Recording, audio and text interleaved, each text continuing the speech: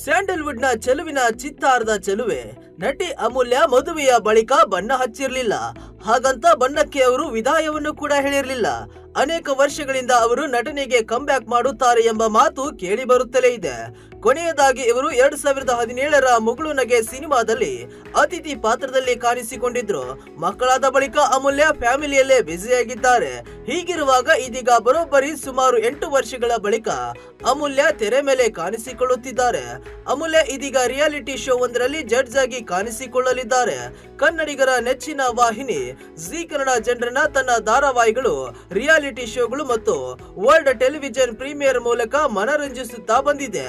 ಈಗ ಇದರಲ್ಲಿ ನಾವು ನಮ್ಮವರು ರಿಯಾಲಿಟಿ ಶೋ ಶುರುವಾಗಲಿದೆ. ಸಂಬಂಧಗಳ ಮಹತ್ವ ತಿಳಿಸುವ ಈ ಶೋನಲ್ಲಿ ಅಮೂಲ್ಯ ಜಡ್ಜ್ ಆಗಿದ್ದಾರೆ.